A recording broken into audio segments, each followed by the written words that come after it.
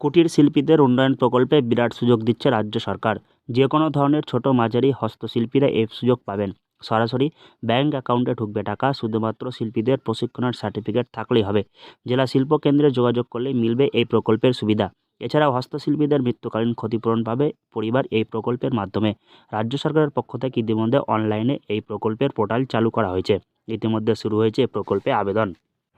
দেখুন, মাননীয় মুখ্যমন্ত্রীর অনুপ্রেরণা এবার আমাদের যে স্কিমটা এসছে এটা হচ্ছে Artisan benefit scheme. Artisan benefit scheme যেরকম এর মধ্যে যেমন আপনার তাঁতি, মুচি, নাপিত, ধোপা, ফুলের বানা যিনি বানায়, মালাকার যাকে বলি আমরা, এ বাদেও যদি আপনি কুমোর, কামার, কাঠের কাজ করে, দর্জি, এগুলো কিন্তু এই স্কিমের আন্ডারে আসবে। এর প্রথম কাজ হচ্ছে আমরা যে অনুদানটা দিচ্ছি, অনুদানটার পরিমাণ হচ্ছে আর্থিক মূল্য 15,000 টাকা ম্যাক্সিমাম।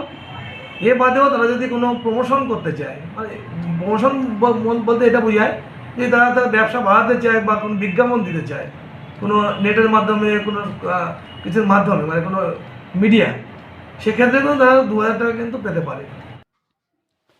কুমোর, ছুতোর থেকে শুরু করে নাপিত, দর্জি ছাড়াও সমস্ত রকমের হস্তশিল্পীরা এই প্রকল্পের আওতায় রয়েছে। শিল্পীদের কাজের যন্ত্রপাতি সামগ্রী কেনার জন্য এই টাকা দেওয়া হচ্ছে রাজ্য সরকারের পক্ষ থেকে। 5 বছর ধরে চলবে এই প্রকল্প। প্রকল্পের মাধ্যমে সর্বোচ্চ 15,000 টাকা করে পাবেন শিল্পীরা। এছাড়াও শিল্পীদের মৃত্যুকালীন ক্ষতিপূরণের জন্য বিশেষ প্রকল্প চালু রয়েছে। একটা দ্বিতীয় স্কিম আমাদের যেটা এসছে সেটা হচ্ছে ওদের ডেথ বেনিফিট। যদি কোনো কারণে, দুর্ঘটনার কারণে বা কোনো কারণে যদি কোনো হস্তশিল্পীর অকাল মৃত্যু হয়ে যায়, সেটা আমরা কখনোই কাম্য করবো না। তবুও ওরা বলতে হয় যেহেতু স্কিমের ব্যাপার, সেক্ষেত্রে কিন্তু তারা একটা তার পরিবার যিনি আছেন তাকে সচল রাখার জন্য একটা 2 লাখ টাকা পর্যন্ত অনুদান গভর্নমেন্ট থেকে তার পরিবারের হাতে তুলে দেওয়া হবে। এটা নথিভুক্ত হবে কিভাবে? নথিভুক্ত হওয়ার যে নিয়মগুলো আছে খুবই ইজি এবং সংক্ষেপে করে দেওয়া হয়েছে। আপনারা সরাসরি জেলা শিল্পকেন্দ্রেও আসতে পারেন, অথবা যে পোর্টাল আছে নির্দিষ্ট, সেই আর্টিজান পোর্টাল, সেখান থেকেও আপনি নথিভুক্ত করতে পারেন। কিন্তু আমরা বলবো যে আপনারা ডিআইসিতে এসে নথিভুক্ত করান।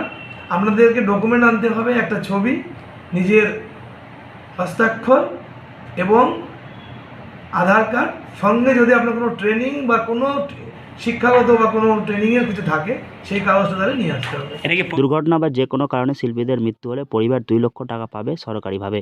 প্রকল্পে শিল্পীদের নাম নথিভুক্ত করার জন্য প্রয়োজনীয় আধার কার্ড, ছবি ও স্বাক্ষর। সঙ্গে অবশ্যই প্রয়োজন শিল্পীদের প্রশিক্ষণের সার্টিফিকেট। প্রশিক্ষণের সার্টিফিকেট থাকলে শিল্পীরা অনলাইন মাধ্যমে আবেদন করতে পারবেন। জেলা শিল্প কেন্দ্রের প্রয়োজনীয় নথি সঙ্গে নিয়ে আসলে নাম নথিভুক্ত করছেন দপ্তরের কর্মীরা।